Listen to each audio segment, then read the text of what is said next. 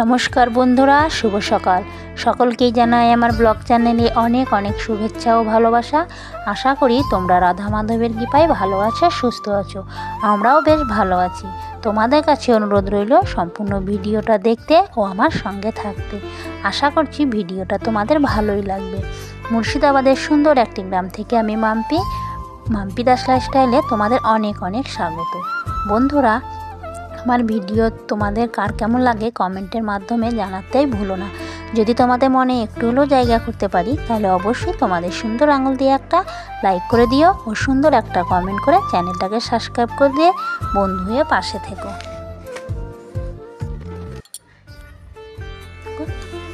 সকাল থেকে যে সমস্ত কাজগুলো করেছি সেগুলো তোমাদের সঙ্গে শেয়ার করলাম না।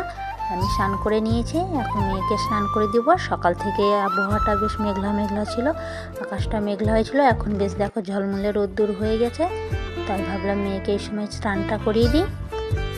মেয়েকে তেল মাখিয়ে এখন স্নানটা করিয়ে দিচ্ছি। আমি আগে স্নান করে নিয়েছি, ঠাকুর সেবা দিয়ে দিয়েছি, মেয়েকে এখন স্নান করিয়ে দেবো। দেখো ও না ছোট থেকেই জল নিয়ে খেলা করতে খুব ভালোবাসে, মানে জলটা ওর খুব ভালো লাগে। জল নিয়ে খেলা করতে ও খুব পছন্দ করে, স্নান করতে আর বাচ্চাদের মতন কাঁদে না। যতই শীত হোক, যতই কুয়াশা হোক, ও কিন্তু স্নান করবেই। দেখুন স্নান করে নিয়েছি, মেয়ে এখন স্নান করিয়ে দিচ্ছি, তারপরে রান্না বসাবো। বললাম বেশ এখন রোদ উঠেছে, এই সময় মেয়েটাকে চান করে দিই। জামা কাপড় পরিয়ে দিয়েছি। তারপরে দেখো বাবা মাঠে থেকে এসছে, মাঠে থেকে যে পানি ফল তুলে নিয়ে এসেছে, তো আমরা এখন সেগুলো মজা করে খাবো। আর এই পানি ফলগুলো জানো তো বন্ধুরা, আমাদের মাঠের পুকুরগুলোতে চাষ করে, অনেক সবাই এগুলো চাষ করে। তো টাটকা পানি ফল খেতে কী যে মজা, দারুণ মজা লাগছে খেতে। আর উঠোনটায় রোদ, বেশ বসে থাকতেও ভালো লাগছে। শাশুড়ি মা দেখো এগুলোকে কেটে দিচ্ছে আর আমরা কেমন ছাড়িয়ে খাচ্ছি।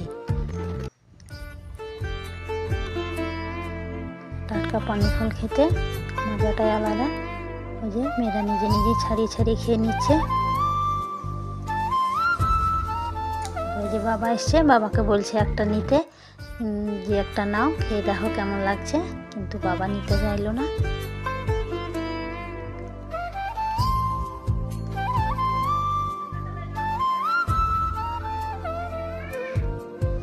ওদিকে রান্নাটা বসিয়ে দিয়েছি।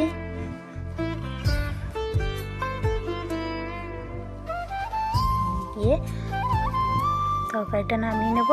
ভাতের মধ্যে আলু পটল সেদ্ধ বসিয়ে দিয়েছিলাম, তো ভাতটা এখন আমি ঢেলে নিই। বড় ডেকটার মধ্যে ভাতগুলো আমি ঢেলে নেব, তারপরে আলু পটলগুলো পরে মেখে দেবো।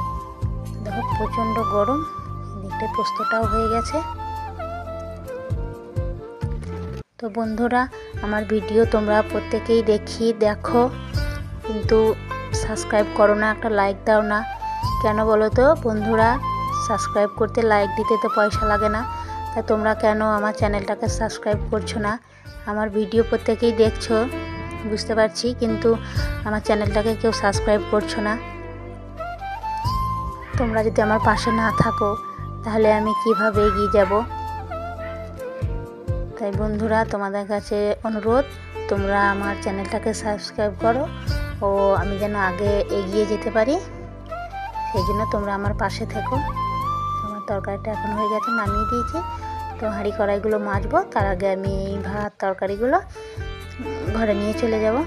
তারপরে চলে এসেছি হাঁড়ি কড়াইগুলো মাজতে। তো যে বললাম, পোড়া হাঁড়ির মতনই আমার পোড়া কপাল, যে তোমরা আমার ভিডিও দেখছো কিন্তু কেউ সাবস্ক্রাইব করছো না, লাইকও করছো না। তাই পোড়া হাঁড়ির মতনই আমার পোড়া কপাল।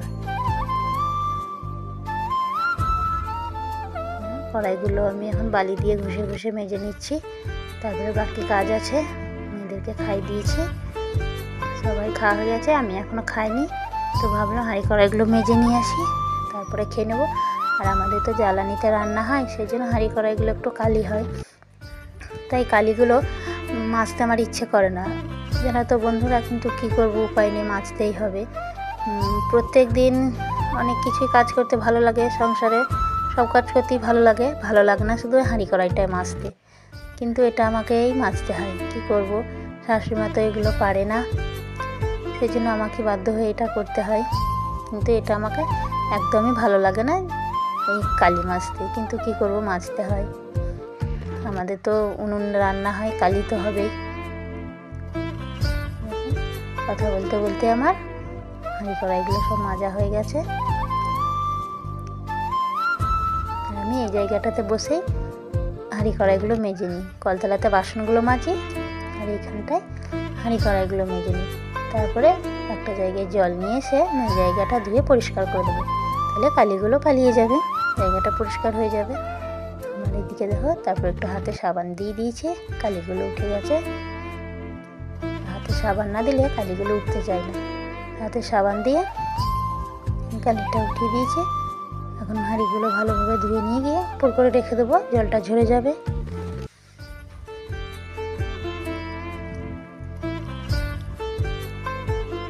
হয়ে গেছে। তারপরে আমি দেখো ঝাঁটটা দিয়ে দিয়েছি। তো তারপরে বাকি কাজগুলো তোমাদের সঙ্গে শেয়ার করলাম না। এই যে ছাগলের বাচ্চাটা দেখছো, ওর না প্রচুর ঠান্ডা লেগেছে। একটা চোখ তো বন্ধ হয়ে গেছে, দেখতেই পাচ্ছে না, একটা চোখ খোলা আছে। ওষুধও দেওয়া হচ্ছে, কিন্তু এত ঠান্ডা লেগেছে যে প্রচণ্ড ঠান্ডা লেগেছে, চোখ প্রায় একটা চোখ বন্ধ হয়ে গেছে ঠান্ডাতে। আর আমাদের প্রত্যেকটি ছাগলকেই ঠান্ডা লেগেছে, খুব ঠান্ডা লেগেছে, ওষুধ দেওয়া হচ্ছে। তো একটা ছাগল তো মরেই গেল, আর বাকি কয়েকগুলোকেও বেশ ঠান্ডা লেগেছে। তো দেখো আমার ঝাঁট দেওয়া হয়ে গেছে এই দিকটায়, বাকিগুলো আমি ঝাঁট দিয়ে দিয়েছি।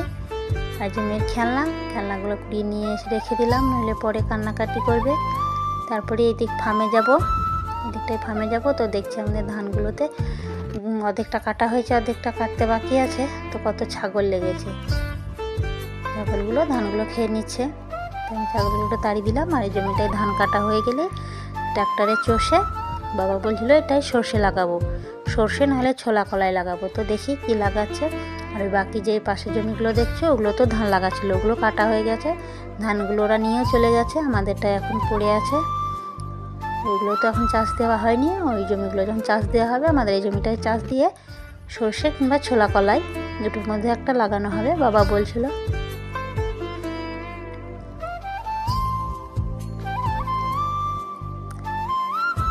এই যে কুকুরটা দেখছো, এটা আমাদের বাড়ির কুকুর। তারপরে তোমাদের একটু দেখিয়ে দিই আমাদের যে জায়গাটায়, যে ফার্মে যে সবজি লাগাই আমরা, সেই জায়গাটা আমি একটু দেখিয়ে দিই।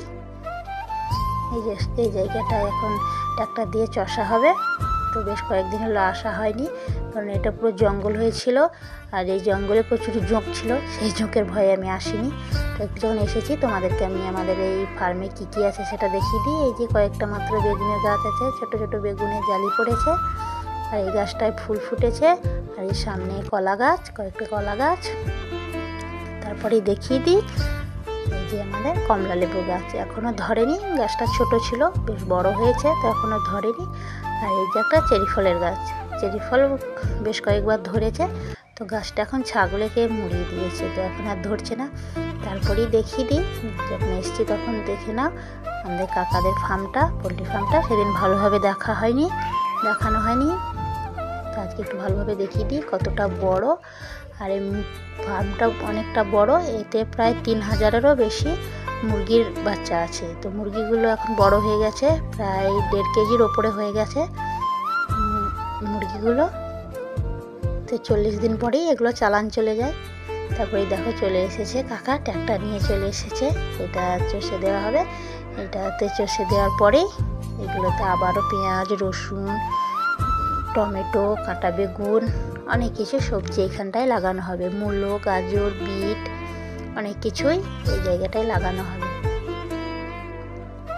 এই দিকটায় আছে যে কুমড়ো গাছ আর চাল কুমড়ো গাছ আছে কয়েকটা।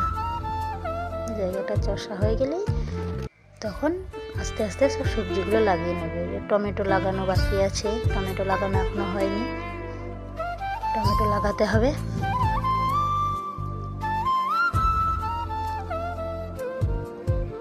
চলে এসেছি, এই যে এসে দেখছি শাশুড়ি মা নেই, মামাদের বাড়ি গেছে।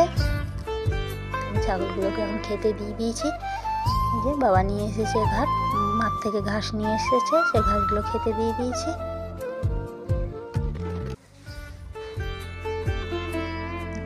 আর মাত্র এই ছাগল 3টে, আর একটা আছে, এই ছাগল 4টেই বেঁচে আছে, বাকি সব ছাগল মরে গেছে।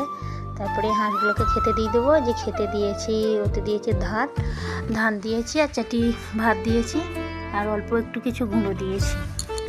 তো এখন এগুলো খেয়ে ঢুকে যাবে।